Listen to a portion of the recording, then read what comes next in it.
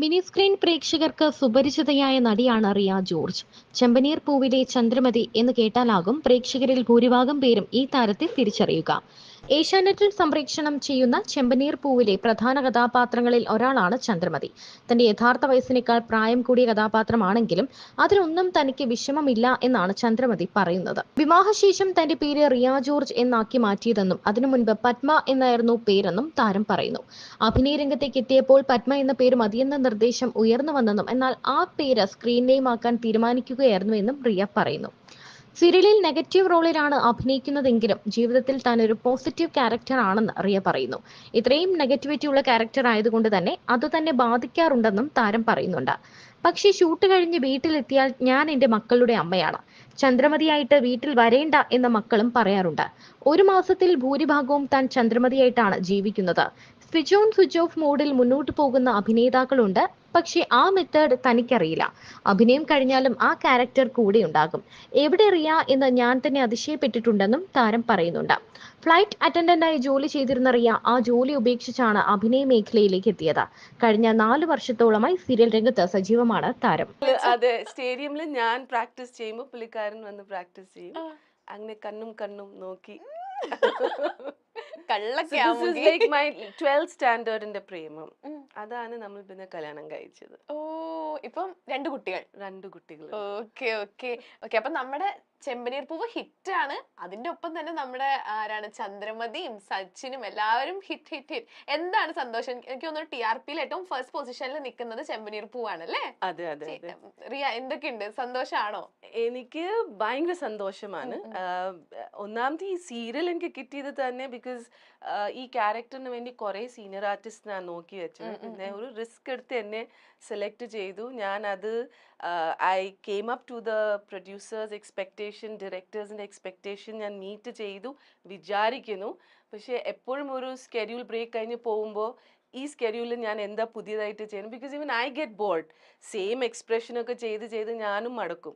അപ്പോൾ എന്തെങ്കിലും ഒരു പുതിയ എക്സ്പ്രഷൻ ചെയ്യണം ഒരു ആഗ്രഹം വെച്ചിട്ടാണ് ഞാൻ ഈ സ്കെഡ്യൂളിൽ വരുന്നത്. അപ്പൊ ഇനി വരാൻ പോകുന്ന കുറെ കോമഡി സീൻസ് കുറെ ഉണ്ട്, ചിരിപ്പിക്കാനും ചിരിക്കാനും. ഒരു കഷായം കുടിപ്പിക്കുന്ന സീനില്ലേ, അത് നല്ല രസമായിരുന്നു. അത് ആക്ച്വലി സെറ്റിൽ അവർ എന്നെ അങ്ങനെയൊക്കെ ചെയ്യും. So they keep pulling my leg. എന്നെ ഒരു കൊമീഡിയൻ ആയിട്ടാണ് ആ സെറ്റിൽ കാണുന്നത്. ബിക്കോസ് മലയാളം ഡയലോഗ്സ് പറയുമ്പോ എപ്പോഴും ഞാൻ തെറ്റാറുണ്ട്. അപ്പൊ അത് ഞാൻ വേർഡ്സ് പറയുമ്പോ അത് വേറെ അർത്ഥം മാറിപ്പോവും. അപ്പൊ ഇവർക്ക് ചിരിക്കാനേ സമയമുള്ളൂ. അപ്പൊ അതുകൊണ്ട് നല്ല രസമുണ്ട് സെറ്റില്. It's like we enjoy. നന്നായിട്ട് പോകുന്നു. അപ്പൊ നമ്മളാണെങ്കിൽ എന്റെ ഷോയുടെ പേര് എന്ന് പറഞ്ഞാൽ ചക്കം പക്കം എന്നാണ്. ചക്കം എന്ന് പറഞ്ഞാൽ കുറച്ച് സ്റ്റേറ്റ്മെന്റ്സ് ആണ്, പക്കം എന്ന് പറഞ്ഞാൽ കുറച്ച് ടാസ്കുകളാണ്. ഓക്കെ, അപ്പൊ ഞാൻ കുറച്ച് സ്റ്റേറ്റ്മെന്റ്സ് വായിക്കും. അപ്പൊ യെസ് ആണെങ്കിൽ ഇതിന്റെ പേര് ഡംറൂൽ ഒരു കൊട്ടുവട്ടം യെസ് ആണെങ്കിൽ. ഓക്കെ, നോ ആണെങ്കിൽ you will get A punishment. Okay. Simple. But this statement Malayalam ano? Malayalam. But you'll understand. Okay. It's all about Chandrakant allalo. Chandrakant alla. Chandramadiയും ചെമ്പനീറും ഒരുമിച്ചായിട്ട് അങ്ങനെ മാറിപ്പോയതാണ്. Okay. Okay. ഇതാണ് എന്റെ ഡമറു. ഓക്കെ, നമുക്ക് സ്റ്റാർട്ട് ചെയ്യാം. Okay. Simple അല്ലേ? Very simple. Okay. അപ്പം റിയയ്ക്കുള്ള first ചക്കം. ചെമ്പനീർ പൂവിലെ ചന്ദ്രമതി ശരിക്കും ഒരു negative character തന്നെയാണ്. അതെ. ഐ മീൻ റിയൽ ലൈഫിലും നെഗറ്റീവ് ക്യാരക്ടർ ആണോ എന്നാണല്ലേ ചോദിക്കുന്നത്? ആണോ? അല്ല, ശരിക്കും throughout. Okay, throughout negative character ആണോ? ഞാൻ നെഗറ്റീവ് ആണ്. പക്ഷെ ഇടയ്ക്ക് ആ മരുമകളിനെ കണ്ടാൽ മാത്രം എനിക്ക് ചൊറിച്ചിൽ വരും. അല്ലാത്ത ഞാൻ ഭയങ്കര പോസിറ്റീവ് ആണ്. രേവതിനെ കണ്ടാൽ മാത്രം എന്റെ BP കൂടും. പിന്നെ എന്റെ മറ്റേ യക്ഷി രൂപം പുറത്തോട്ട് വരും. അല്ലാത്തത് ബിക്കോസ് ആ പോലീസ് സ്റ്റേഷൻ സീൻസ് ഒക്കെ ചെയ്യുമ്പോ ഓഡിയൻസ് ഒക്കെ ഭയങ്കര എന്നെ ഇഷ്ടപ്പെട്ടു. ആ സീൻസ് ഒക്കെ കണ്ടു. ബിക്കോസ് അതിൽ ഭയങ്കര കരച്ചിൽ സീൻസ് ആയിരുന്നു. So they liked it. But the moment ഞാൻ രേവതിനെ കാണുമ്പോൾ എനിക്ക് അറിഞ്ഞൂടാ, ഒരു ടെമ്പർ.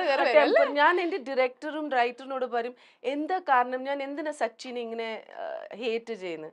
പക്ഷെ ആ കഥ അറിഞ്ഞു. പക്ഷെ അതിലൊരു ലിങ്ക് ഉണ്ട്. നമ്മളിനി അത് അൺഫോൾഡ് ആവും. അത് എന്താ കാരണം അത് അറിയും. Okay, next question. So now just once again, if it is yes, I should not do, or yes ആണെങ്കിൽ yes ആണെങ്കിൽ you will have to okay, ഇതെല്ലാം റിലേറ്റഡ് ടു ദ സീരിയൽ അല്ലേ, Yeah. പേഴ്സണൽ അല്ലല്ലോ? No no no no personal ലൈഫിൽ ഞാൻ ഭയങ്കര positive ആണ്. ആണോ? Okay, next question. മക്കളിൽ ഒരാളോടാണ് കൂടുതൽ സ്നേഹമെങ്കിലും ഞങ്ങളുടെ സച്ചിക്ക് ചന്ദ്രമതിയോട് ഉള്ളിൽ നിറയെ ഇഷ്ടമാണ്. ഇഷ്ടമുണ്ടോ സച്ചിക്ക്? ഇഷ്ടമാണ്. ആണ്. ആണ്. ഒത്തിരി ഇഷ്ടമാണ്. അതെന്താണ് പറയുമ്പോ ഒരു സങ്കടം? എനിക്ക് പേഴ്സണലി എനിക്ക് ഇഷ്ടമാണ്, പക്ഷെ സീരിയൽ എന്നോട് ഇഷ്ടം ഇല്ല പറയാൻ. എനിക്ക് കാണിക്കണ്ട. But as a person I like him a lot. പിന്നെ സീരിയലിലും ഇടയ്ക്കിടയ്ക്ക് ഞാൻ ആ ഇഷ്ടം കാണിക്കുന്നുണ്ട്, ബട്ട് പിന്നെ ഞാൻ അത് പിടിച്ച് പിന്നെ മരുമോൾ രേവതിനെ കാണുമ്പോ ഇഷ്ടം പോവല്ലേ? അല്ല, there is something which is there. ആ. അത് ഡിസ്ക്ലോസ് ചെയ്തില്ല, ബട്ട് എന്തോ ഒരു കാരണം കൊണ്ട് എനിക്ക് അയാളെ ഇഷ്ടമില്ല. ഇപ്പോൾ അറ്റ് ദ മോമെന്റ് കാണിച്ചത് അവന് ജുവനൈൽ കോർട്ടില് ഏതോ ചെറുപ്പത്തില് അവൻ എന്തോ ഒരു കാര്യം ചെയ്തിട്ട് അവൻ ജയിലിൽ പോയി കിടന്നതാ. അപ്പൊ അതിന്റെ ഒരു ദേഷ്യമാണ് അവനോട് കാണിക്കുന്നത്. പക്ഷെ ആക്ച്വലി അവൻ അല്ല ക്രൈം ചെയ്ത്, വേറെ ആരോ ചെയ്താണ്. പക്ഷെ അവന്റെ തലയിൽ വന്ന് അത് പിന്നീട് ഡിസ്ക്ലോസ് ആവുമായിരിക്കും, എനിക്ക് അറിഞ്ഞൂടാ.